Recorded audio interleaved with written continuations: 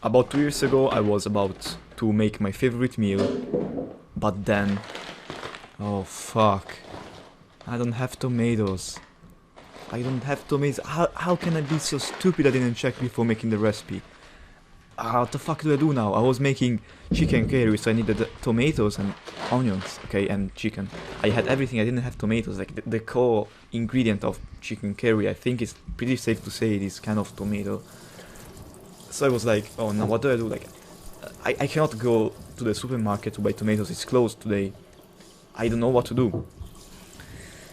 So, I mean, I was already stir frying the onion, so I had to improvise something. I could not just make it without tomatoes. So I look in the fridge and I see something similar. It was kind of a bell pepper, okay?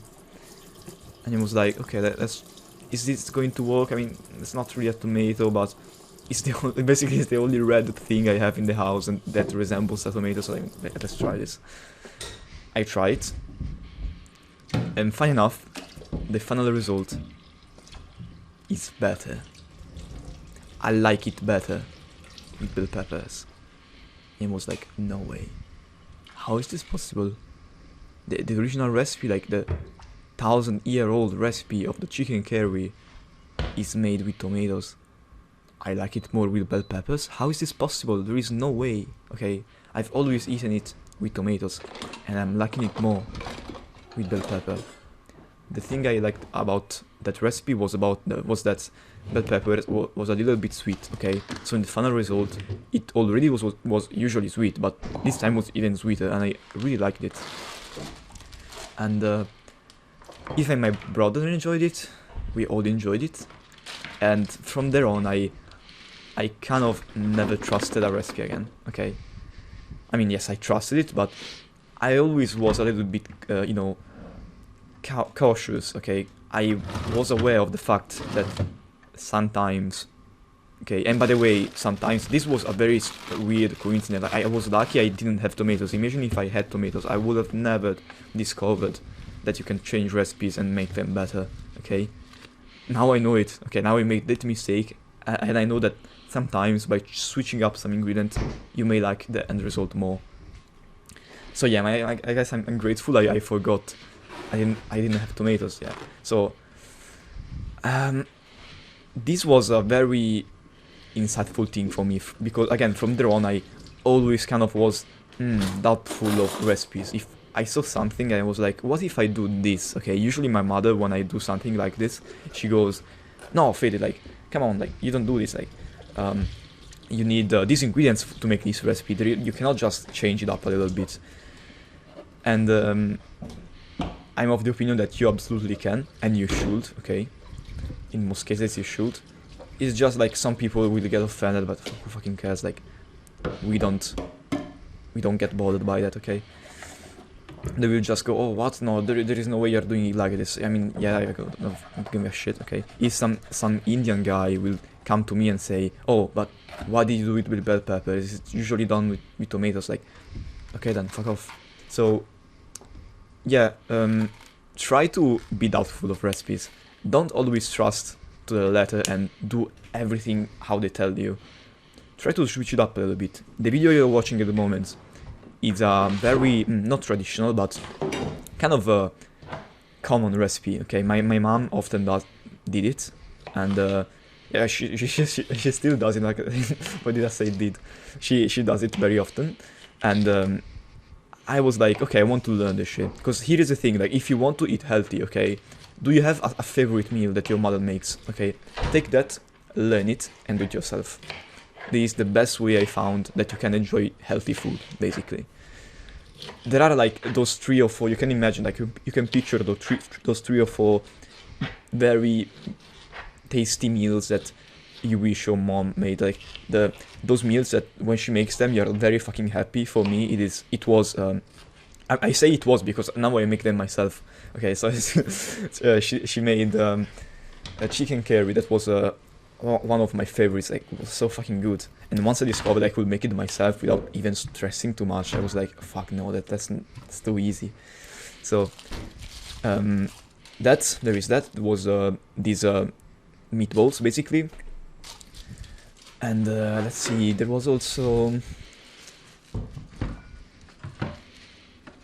the meat stew, okay, the stew. I like those like long boiled, slow cooked meat and vegetable stuff. Those were my three favorite meals. I mean, there are surely more, but I just can't remember it now. So I looked at how my mother made these meatballs, okay, and she basically boiled potatoes, added meat, like ground meat, and that's it. She breaded them with some eggs maybe, and she breaded it and she put it into the oven. And I was like, okay, I gotta take this into my own hands and make it my own way. So I noticed that that recipe didn't have acidity nor sweetness, okay? And those are two very good, important pillars of the pleasure hypothesis, and that didn't really have it.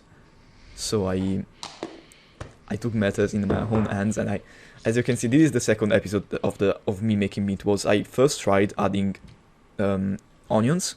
Now I'm trying bell peppers, okay? Bell peppers are a little bit sweeter than onions. I don't know why I added the lemon into the boiling water. I didn't want to throw it away, I guess. You don't have to do this, by the way. Don't copy me. And yeah, so this time I'm trying with bell peppers, and I like them.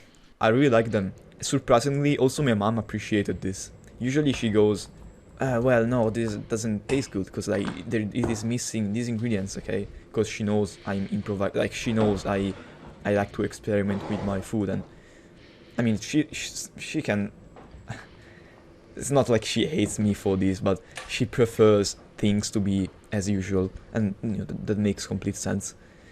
If you are like trying to eat good, as I always say, if you're trying to eat healthy and you're just a normal person, you don't want to do anything strange and complicated, please, like, do not stress. Like, don't let the stress of cooking be the reason you don't cook, because that is bullshit.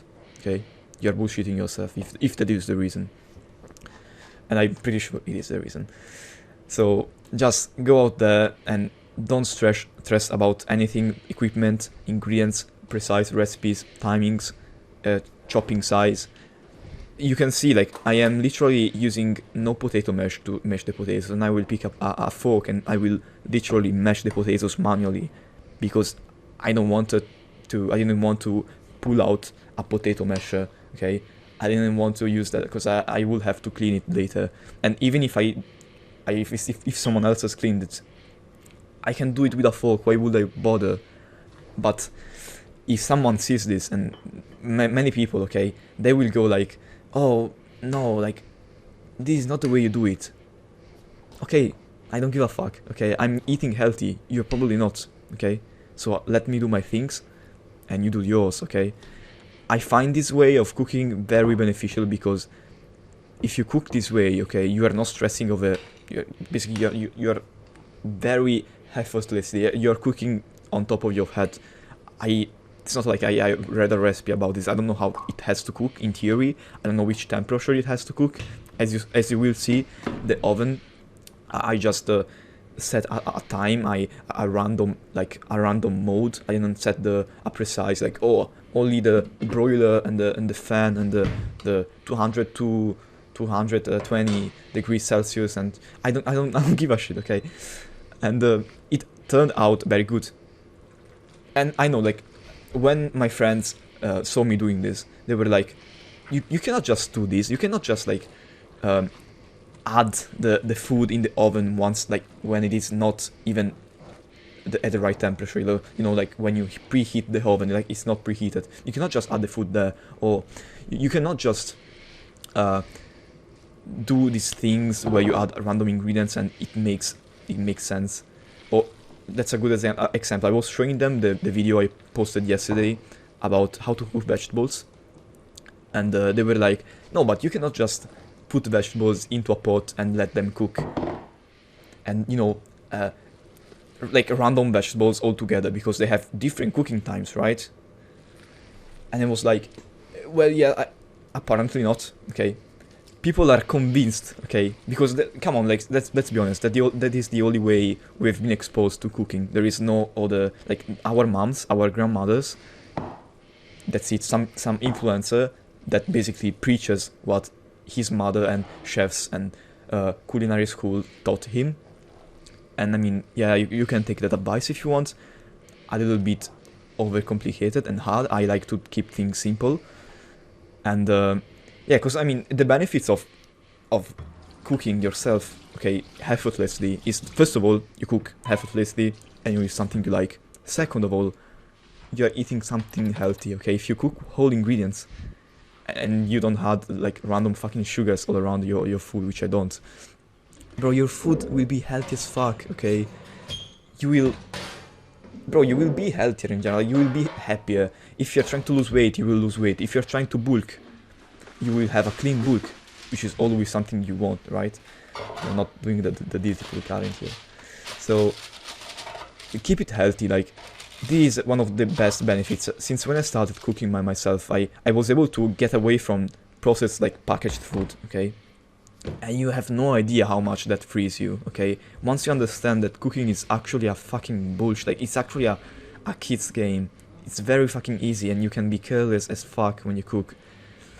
You go like, why was I stressing so much about recipes and people telling me what to do when I cook? Like those influencers. Like, again, I always say this, I don't like the content on cooking there is now. There are a few people I will mention. There is Future Canoe, Adam Rogueza, and Newsaket Cooking. But still they still like follow some conventional path, okay? I'm going full unconventional. I'm going like full on, I don't give a fuck about conventionality. I do what the fuck I want, okay? Adam Rogueza kind of introduced me to this concept when he made a video about like macarons. Like, it was very funny video. Like, he basically exposed how much you can be careless when making macarons, which are usually portrayed as a very refined, dessert. You can be as careless as fuck, okay? And I believe that can be expanded like to most cooking scenarios, not only to macarons. Yusaket Cooking, he's also very random and, down to earth. He's very pragmatic. I also like him.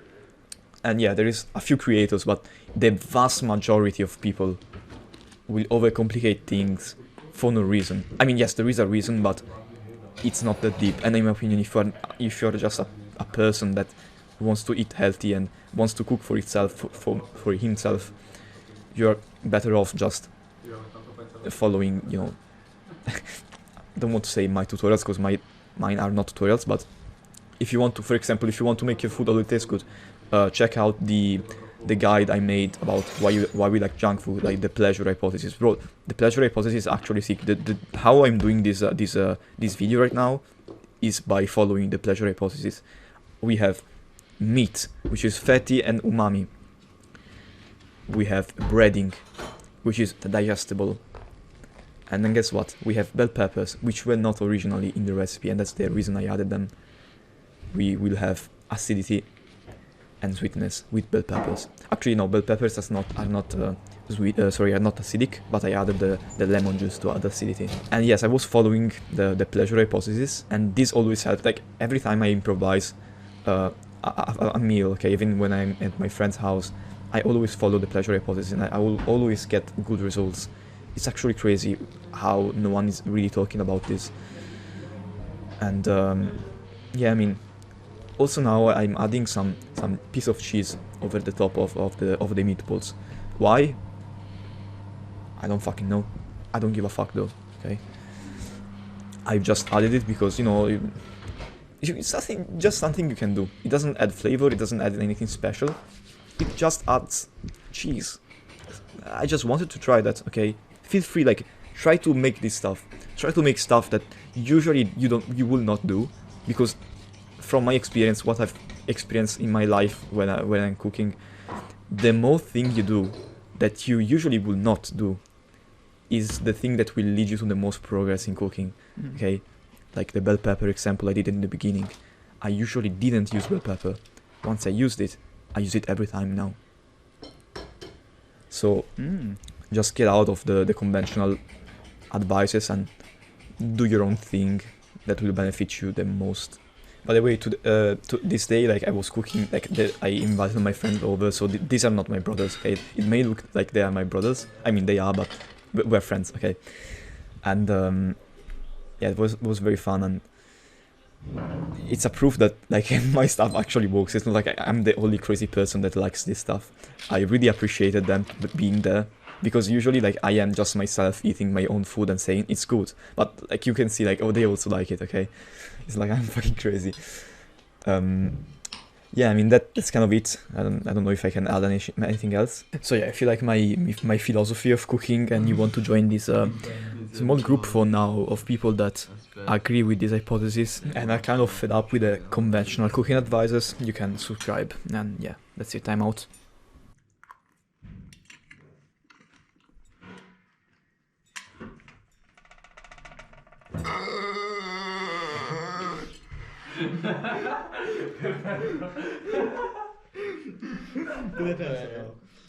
What do you think about this? Aspetta, mi fanno sappe bene.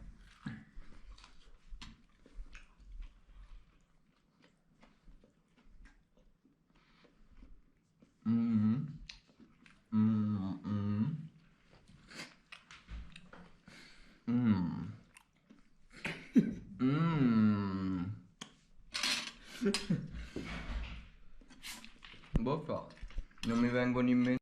Tipo. Non ce la dà la voce. Polpette fuscus.